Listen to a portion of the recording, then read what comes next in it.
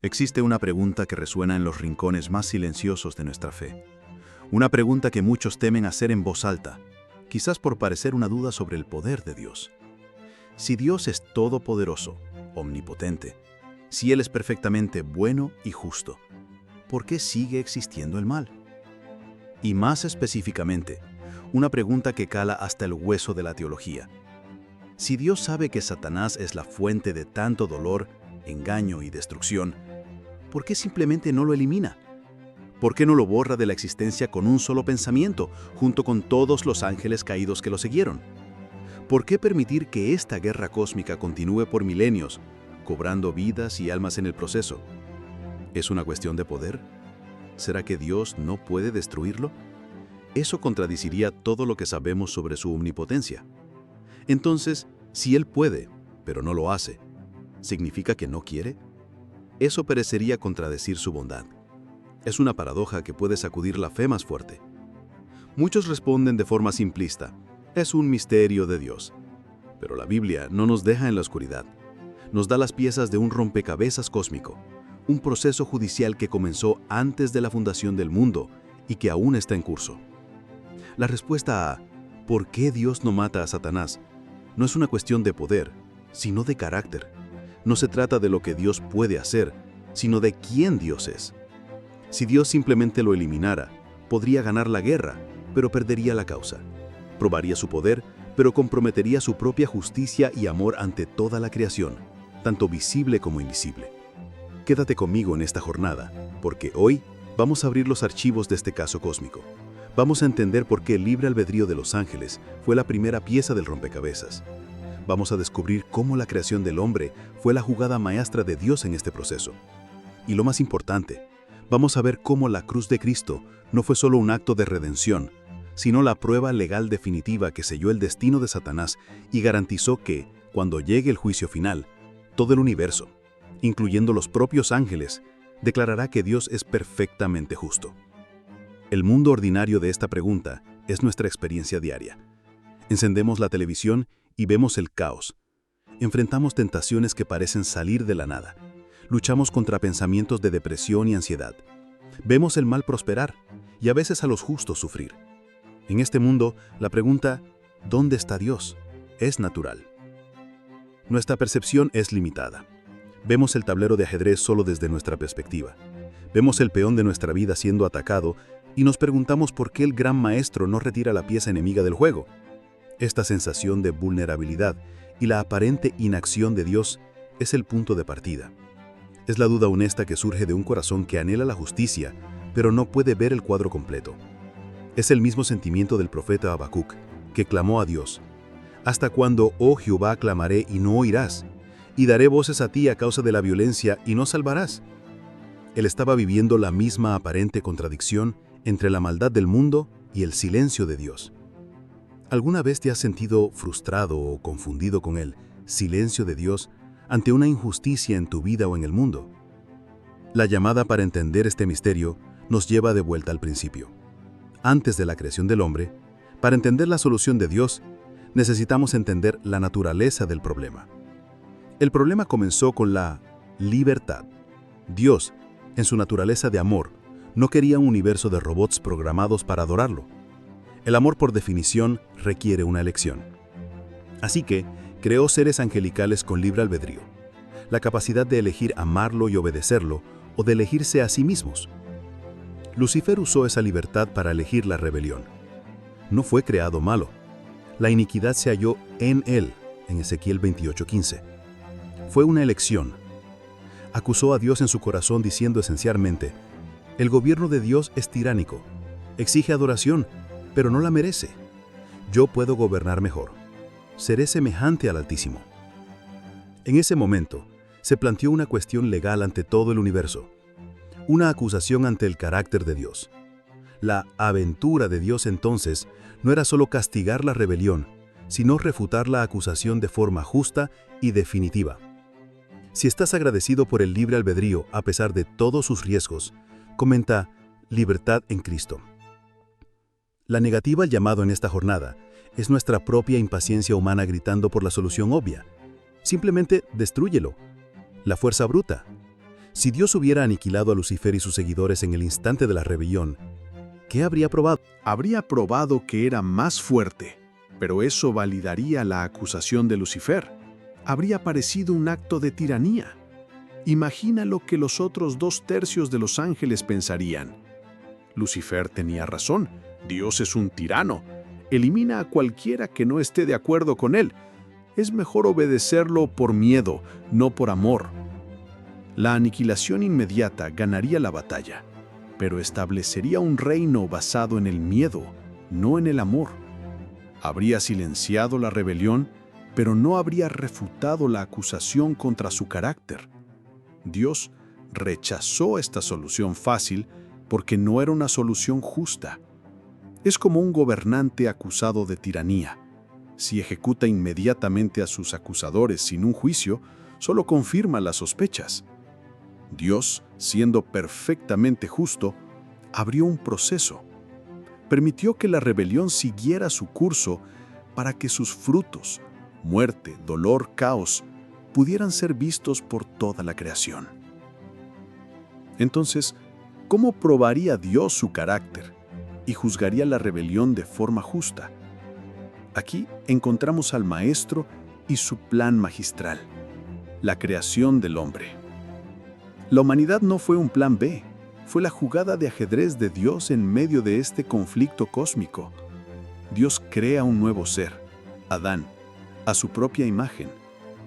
Un ser físicamente más débil que los ángeles, hecho del polvo de la tierra, pero con la capacidad de tener una relación con Dios de una forma que los ángeles no podían.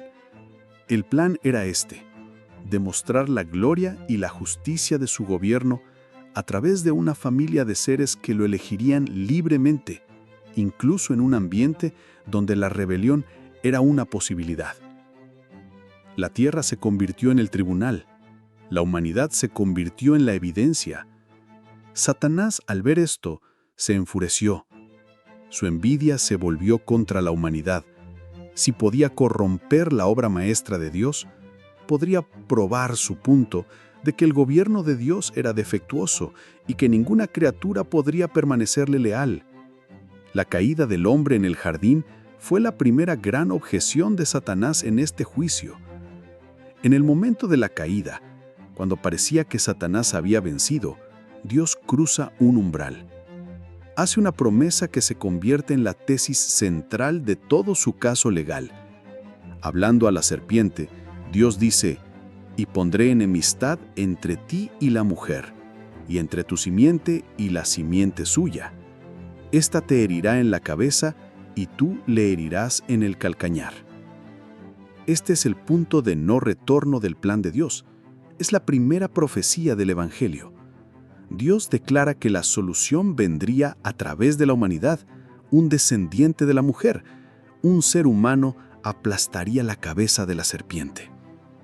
Eso era impensable.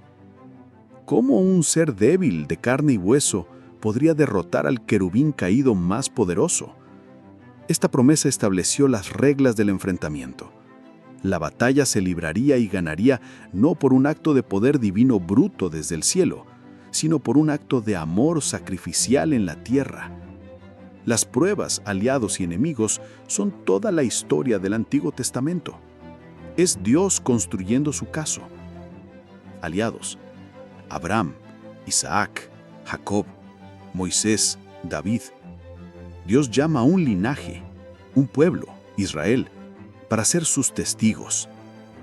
Enemigos: Satanás, operando a través de naciones paganas, falsos profetas y la propia desobediencia de Israel. Pruebas: cada ley, cada sacrificio, cada profecía era una pieza de evidencia.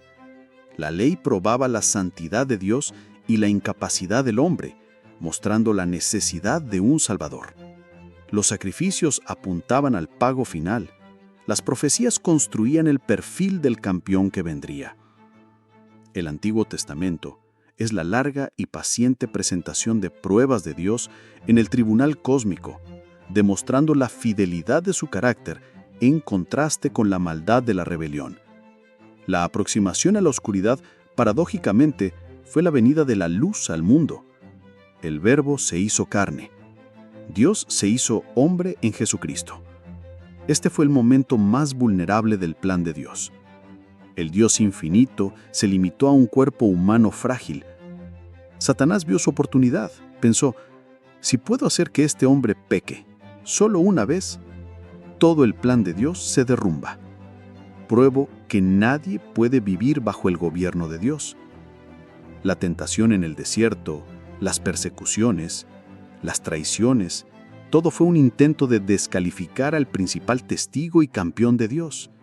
Jesús, el segundo Adán, enfrentó la prueba en la que el primer Adán falló, y él venció.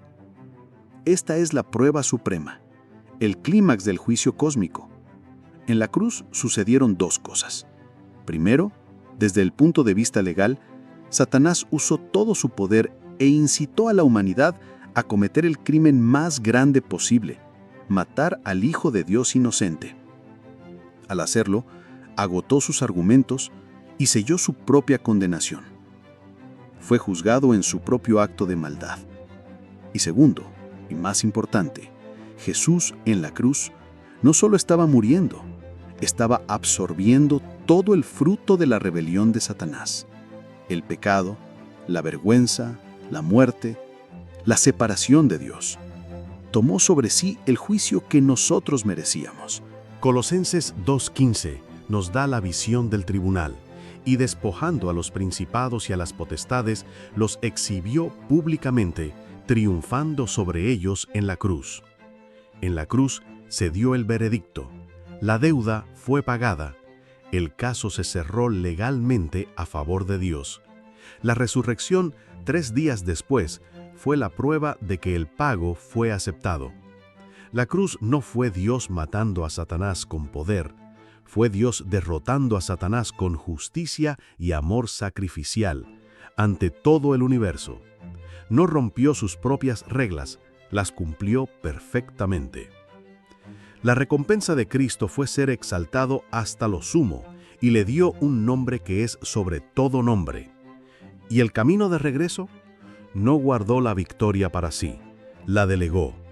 Ascendió a los cielos y envió al Espíritu Santo, capacitando a la Iglesia. Nosotros, la Iglesia, ahora operamos desde la victoria que ya ha sido conquistada. No estamos intentando derrotar a un enemigo poderoso, estamos haciendo cumplir la sentencia contra un enemigo ya derrotado legalmente. La autoridad que usamos en el nombre de Jesús es la autoridad de su victoria en la cruz.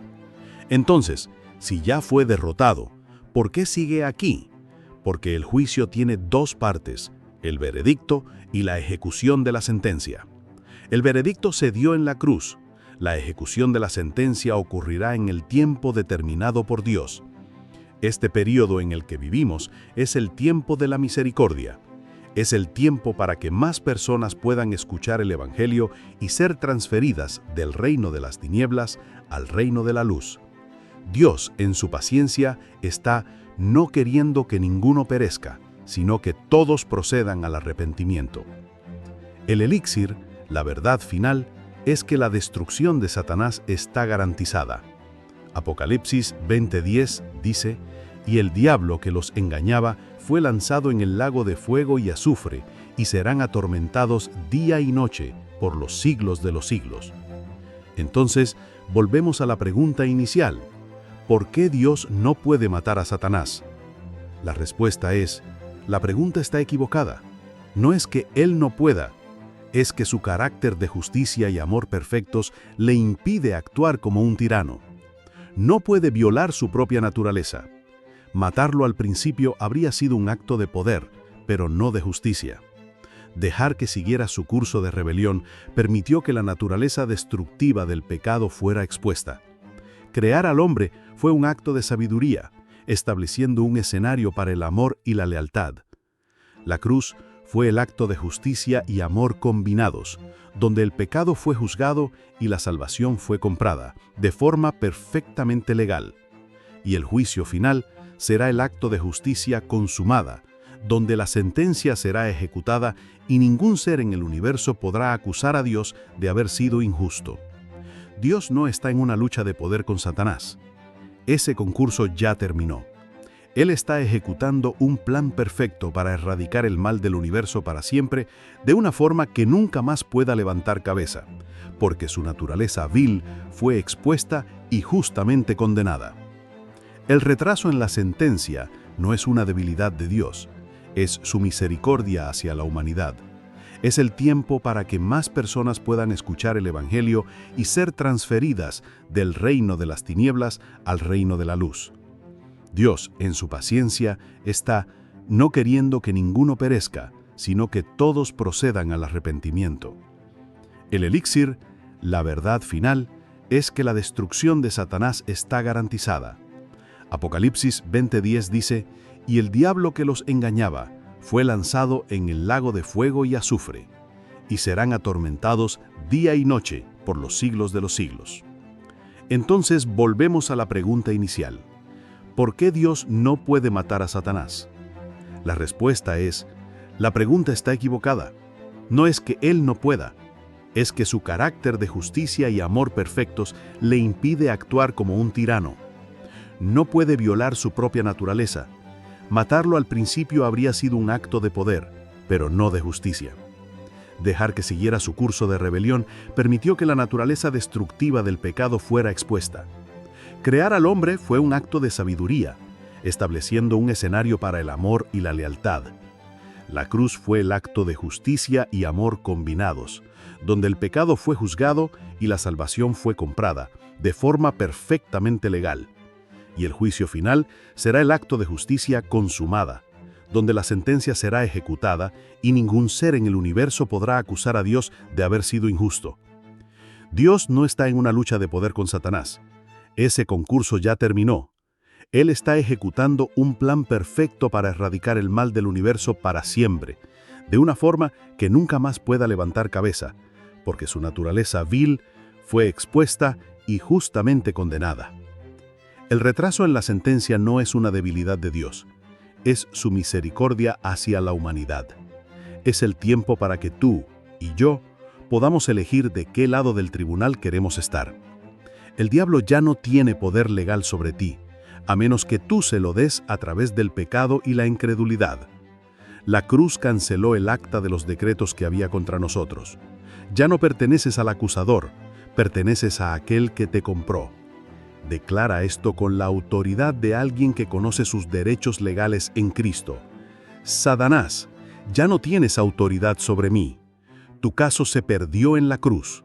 Mi abogado es Jesucristo, y yo descanso en su victoria. Entender esto lo cambia todo. Ya no necesitas temer a un enemigo suelto. Sirves a un Dios cuya sabiduría es tan infinita como su poder. Él tiene todo bajo control. El final ya está escrito. Creo que Dios está reemplazando la duda por la fe en muchos corazones ahora. La confusión sobre el carácter de Dios se está disipando. Él te está mostrando que cada día de retraso en el juicio final es un día más de gracia extendida para aquellos que Él ama, y te está recordando que tu victoria personal ya ha sido asegurada. Si este mensaje te ha dado claridad, comparte la luz. Queremos seguir profundizando en estas verdades. Suscríbete al canal y activa la campanita. Nuestro próximo video será La autoridad del creyente. ¿Cómo hacer cumplir la derrota de Satanás en tu vida? Esta es la respuesta a una de las preguntas más difíciles de la fe. Envía este video a alguien que está luchando con dudas. Sé una fuente de claridad y fortalecimiento para la fe de alguien. Para afirmar tu posición en la victoria de Cristo, comenta con el hashtag Caso Cerrado y declara: estoy del lado de la victoria. No, Dios no va a matar a Satanás de una forma simplista. Lo someterá a una justicia tan perfecta, tan pura e innegable, que por toda la eternidad, lo único que resonará en el universo será el cántico de la gloria, la honra y la justicia de nuestro Dios. Ahora ha venido la salvación, el poder y el reino de nuestro Dios, y la autoridad de su Cristo, porque ha sido lanzado fuera el acusador de nuestros hermanos, el que los acusaba delante de nuestro Dios día y noche. Apocalipsis 12:10.